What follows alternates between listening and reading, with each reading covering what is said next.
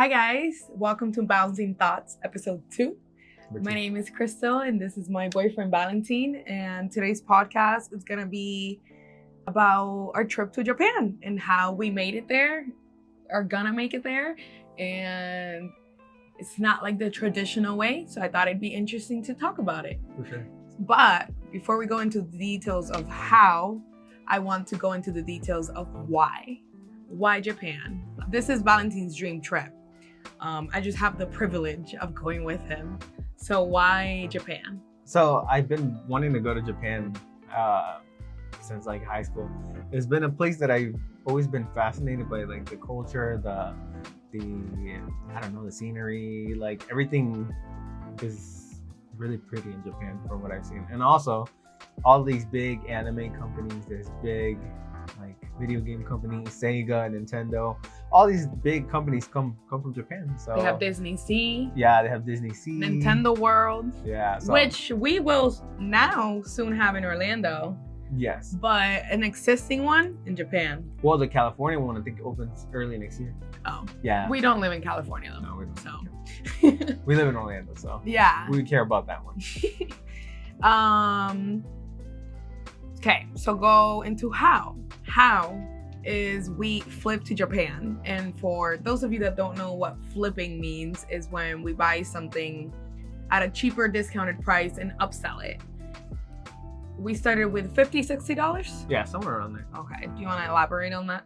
Well, we just set a budget. I mean, I've been flipping for a while. Like that's kind of, I've always done that on the side. That's his thing. That's my thing. But I took like a big break during the pandemic just because, you know, you don't really want to meet with people at the beginning of the pandemic. So I took a break from it, and like I feel like towards the beginning of this year I started flipping again. But then this time when I was flipping, I think we brought up the conversation, was like, why don't we just flip into Japan? Like we flip enough to cover the expenses of the flight and the trip, the hotel, everything, but like comfortably. Like we don't want to just go and go on a budget and stay in like tiny hotels. And you know. If that's what you do, there's nothing wrong with that. No, of course but not. It being Balentin's dream trip. Yeah, I definitely wanted to, and I wanted to be out there for 2 weeks plus. 2 weeks plus. So it was not going to be a cheap trip. It's not a cheap all. Trip. It's another side of the world, yeah, obviously. And then I picked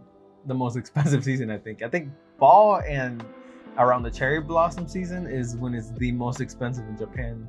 And that's when I, of course, wanted to go. I got a bougie man, okay? So. That's okay. High taste comes with high standards.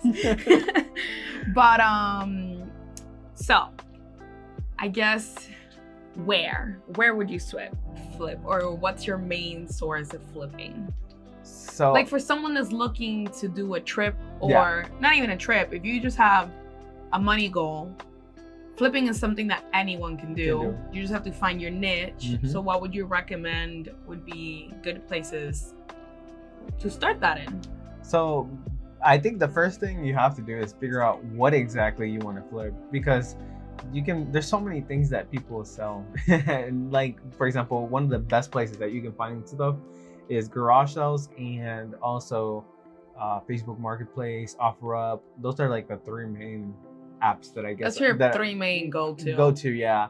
And a lot of the time people on there are just either moving, they're trying to declutter, they're getting rid of the kids' stuff, you know, and like somebody moved out, someone passed away. Yeah, so like you'll find some amazing deals, and I have some amazing, crazy finds that I found.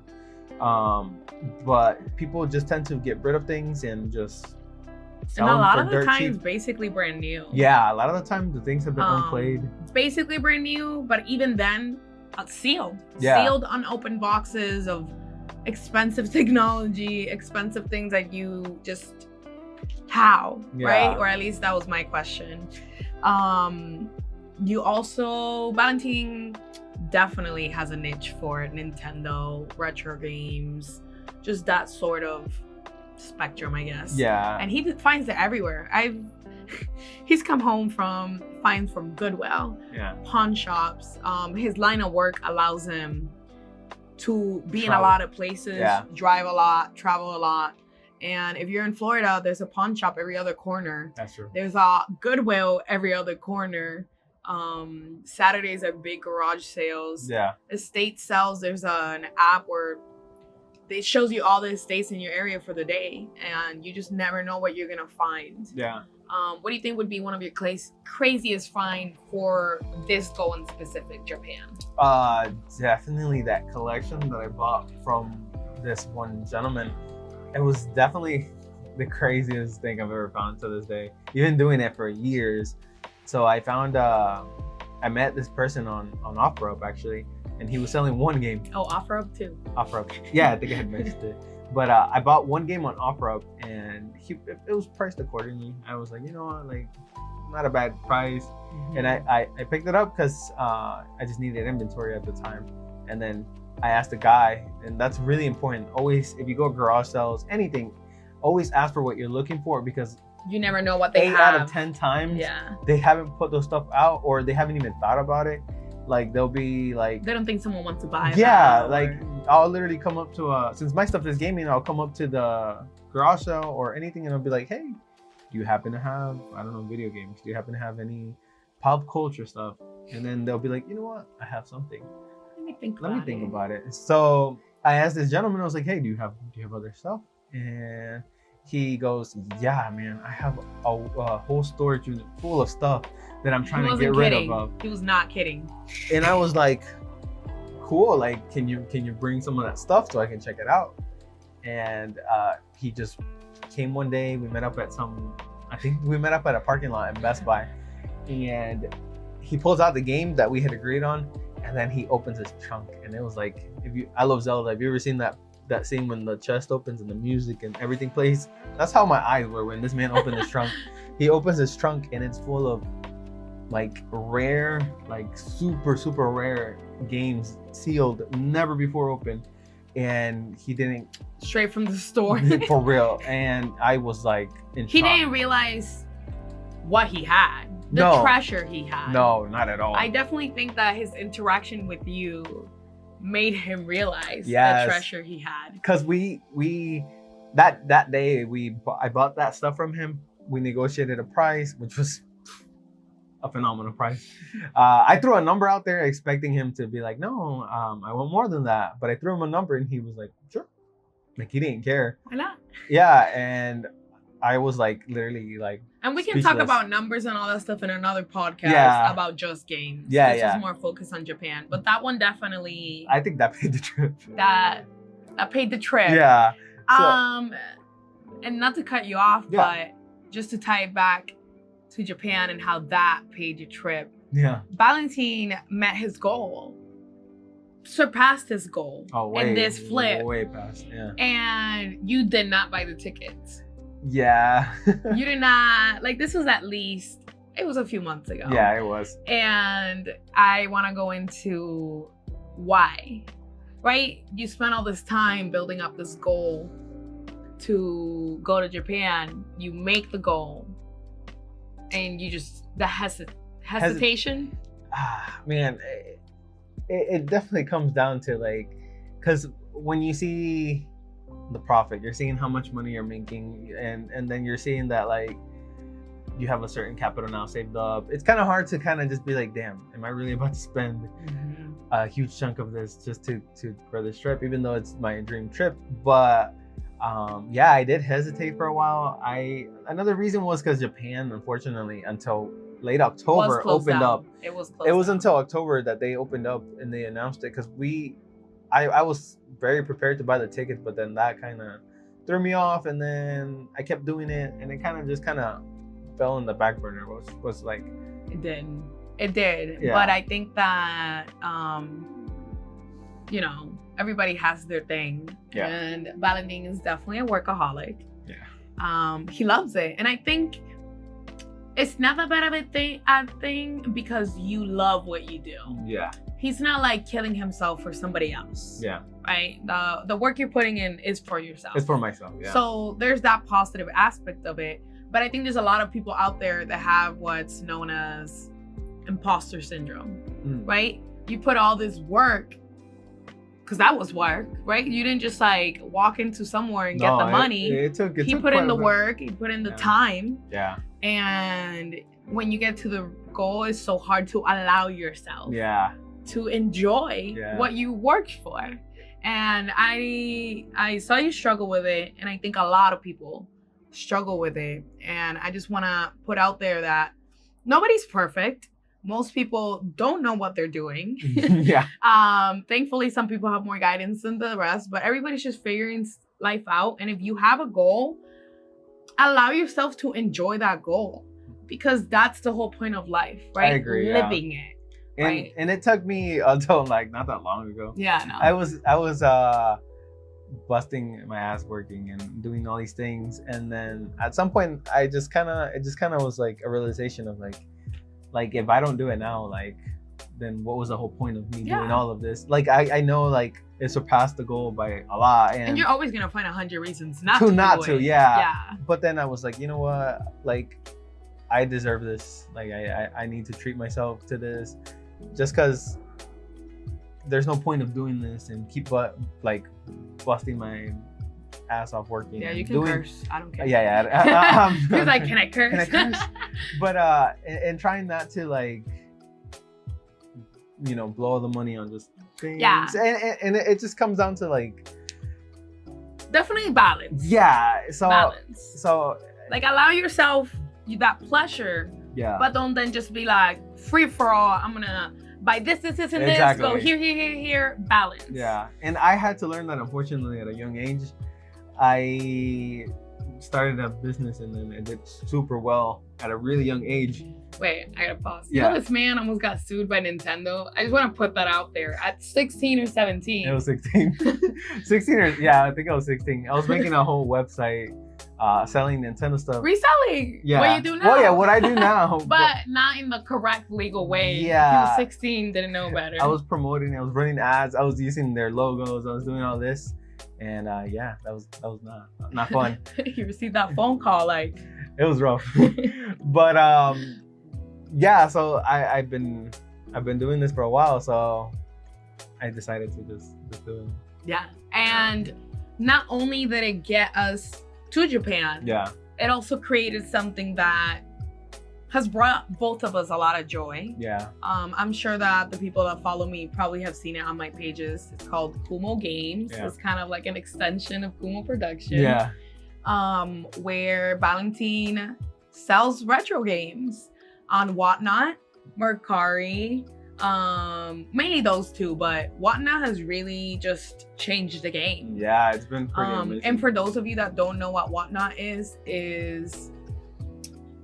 what's the best way to describe Whatnot? I would say live auctions on a stream. That's the best. Live auctions on a stream. Live auctions on a stream, and you get to interact with the people. You get to talk to them. Yeah. You get it's really cool. Everybody's super supportive. Yeah, everybody's super nice. But actually, now bringing back to I just remember why I had brought up the whole young thing. So bringing back to that money thing, the lesson that I learned very young was that once the money started coming in and I started, saving up and having all this money at a young age, I made seeing the bank account, not being the lows. So at a really young age, without having any like proper guidance, your parents always tell you, hey, be careful with your money. Yeah, I don't think his parents fully knew what was going on in his. Yeah, I don't. They were like, oh, look at him selling games. Had no idea the big, huge thing that it was. Yeah, I don't really. Because who imagines that of their 16-year-old kid, And the irresponsibleness of me, like at such a young age, I literally got into so much debt, and then one day projects just stopped coming in, contracts got canceled because companies went down, and then the income goes. The economy fluctuates. Yeah, you can't rely entirely on one thing. So it went from 100 to a really bad place, and then 100 to 0. It's a 0 instead of 0 to 100. Yeah, and then learning that hard lesson at that age. But I think in a way it was a blessing. Yes, I agree. Because imagine going through that when you're 30, 40, 50. I agree. You have a house, you have a family, kids, like. Ouch! Yeah. There's no other word. Yeah. Ouch. No. And like you said, it was a blessing in disguise, because when all of that was happening, I kind of felt like it did not feel like a blessing. No, I felt like my world was falling apart. Yes. Everything, I couldn't make my payments. Look at that. It was falling into place. It was falling into place. But that lesson, I guess, also kind of made me be more hesitant, I guess, in a way, to be able to reward myself for all those things that are happening now. Just because it's a real fear. Yeah, it was a hard lesson to learn, but I guess it was, like you said, a blessing, because then it taught me to be better. Balance. Yeah, at balancing. Yeah. And it really, really, like, from being someone that was so successful at such a young age. I don't know why I say that. You're so young, but like, back in my day, I met him pre-contract closure, but pretty close to it. And I just had a different outlook of life, right? And he saw it as you, like, fairly or deserved, as you said it, your world was falling apart. Yeah, at the time, that's what it felt like. And for me, it was like, why are you stopping? You know, like, we started doing little, what was it, $50 photo shoots? Yeah. And anybody that did that $50 photo shoot, just know that we forever hold you in our heart. Chrissy, who else did it? Juan, all you people. We love you. Okay? We love you. You were the real ones. Yes. You came in clutch. You gotta start somewhere. And to him, I feel like you struggled a little bit with it because it was such a drastic change, I guess. Drastic, difference. Yeah. But one thing that I've always really admired about you is that it doesn't matter. Like, you're gonna do what needs to be done to get to the other side. Yeah. And from doing $50 photo shoots, you know, now we're going to Japan from flipping retro games. Yeah. You know, and it's been a lot. You don't think about it, but you know, it's been 4 years. Yeah, it's been a minute. Like, time passes and you don't realize it. And that's why enjoying life and living life is important. I agree. Because you blink and you're like, wow. Time. Because to me, that was like yesterday. Yeah, it feels like it was not that long ago. And you have so much more equipment, so much more knowledge, so many more connections, so many more. And I feel like you were comfortable because you were so successful. Yeah. You know? It is a blessing in disguise. And I'm sure we're going to face a lot of many more hardships and obstacles. But because you took the time to learn from it, it will be a different approach next time. Yeah, for sure. I feel like I definitely, maybe not initially when it happened, but definitely like later on, I kind of took a step back and analyzed, okay, what exactly did I do wrong? Why did I, first of all, end up in that position that was completely unavoidable? It was avoidable. It was very avoidable. And not all of it. You can't control other companies going under. No. Yeah, companies going under. You can't control that. Losing clients, they just happen. Life. Yeah, but I could have positioned myself in a much better position if I would have just done a couple of things differently. Hey, you live and you learn. Right. And that's why you can't let fear rule your life, because that fear of failure stops you from, ironically, failing and learning. You can't grow, right? You need the rainy days for the sunny days. Yeah, I agree. And hey, now you have Kumo Games. Yeah. It's crazy. This man be like buying collections. Yeah, now what does that even mean? I feel like I don't fit in this apartment because there's so many collections everywhere. And it's a good problem to have. It's a good problem to have. It's a good problem to have. And I am not anywhere near as knowledgeable in any of it, but I admire it. It inspires me. I think it inspires everyone around us, and I want to commend you for that. I love you. Thank you. And taking it back to Japan. Okay, let's go back to Japan. Taking it back to Japan. Going to the other side of the world is an adventure. For sure. Like, there's no other word. There's language barrier. You have to travel almost a whole day to get there. Once you get there, everything's different from the United States. Yeah. Or at least most things, and what isn't is still in Japanese, not in English. So definitely a little intimidating for me. But what do you think has been interesting when researching for either buying the airplane tickets, buying the hotel, or planning the trip? which, by the way, all the people that have reached out, sending us info, I really appreciate it. Yeah, we really appreciate you guys sending us information. It really makes it way less intimidating. Yeah. I've traveled, but I've never traveled to somewhere where the language barrier is so deep. Deep, yeah. Right? But what do you think has been the most interesting thing that you're like, oh, that's gonna be fun to deal with? I think the thing, definitely the using the train system and traveling around like each city, because we want to hit up a bunch of cities while we're out there.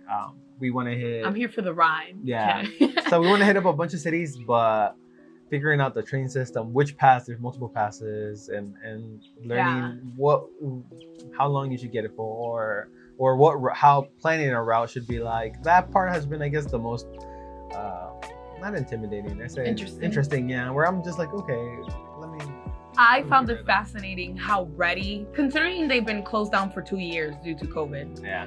I find it fascinating how ready they are for tourism. Yeah. Like you get the Wi-Fi little portable things at the airport, or near the airport, I don't know. Yeah. But it's in the premise of when you get there, Mm-hmm. which, hello, you need a phone, you need Google Maps, right?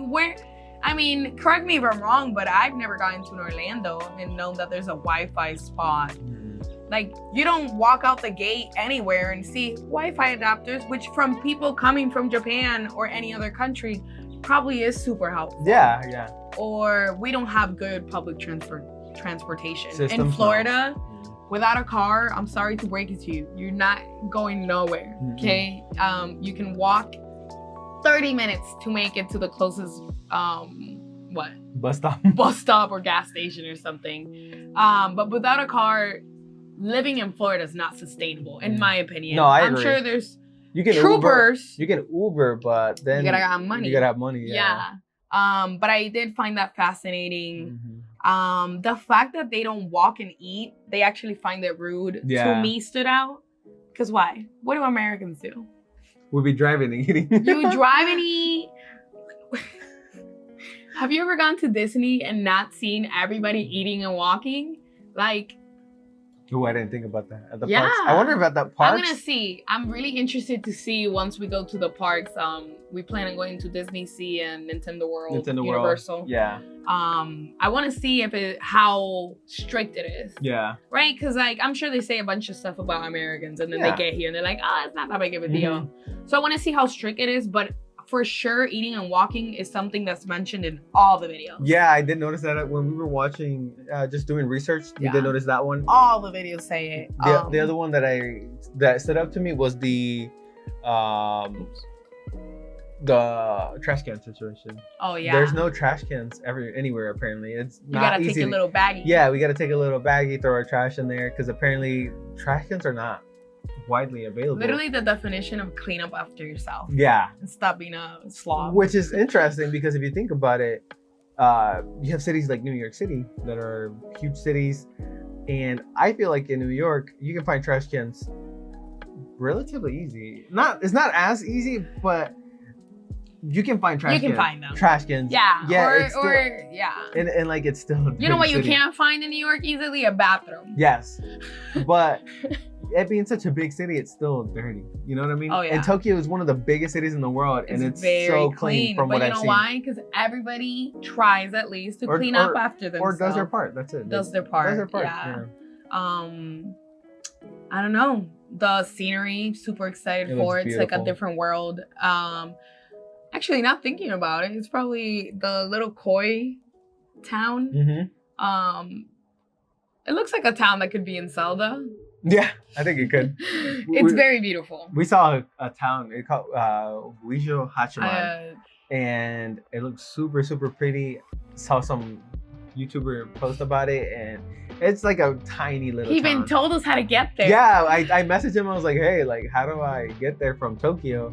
And he's like, you're going to take this train, you're going to take that train, or take this bus and that bus. And I was like, great. And so then I started routing it into our route, and it was like 2.5 hours out of our way. And I was like, we're going to go. You know what else is there other than koi streets? Yeah. Which is dope. But, you know, we got to measure our time discreetly. Yeah. But yeah, anything you want to add specifically? Not really. I'm just excited. I'm Super glad excited. I'm glad that I finally just decided to do it. Yeah. And if you guys have any questions about, flipping, whatnot, any of that stuff, follow him, DM him. He's super friendly. He has no problem guiding you. You're definitely I feel like when something's really working for someone, they kind of like gatekeep, can't ruin my blessings. Yeah. But I believe that you get out of this world what you put into it.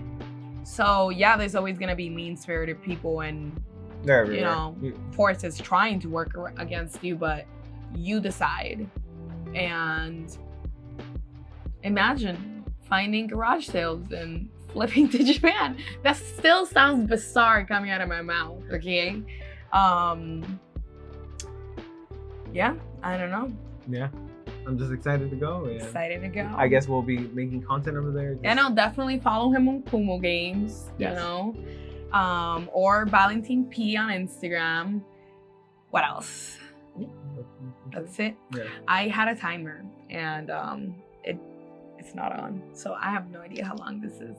But I feel like I'm missing something. Give me 1 second. Okay. I don't know, and I'm not gonna waste you guys' time.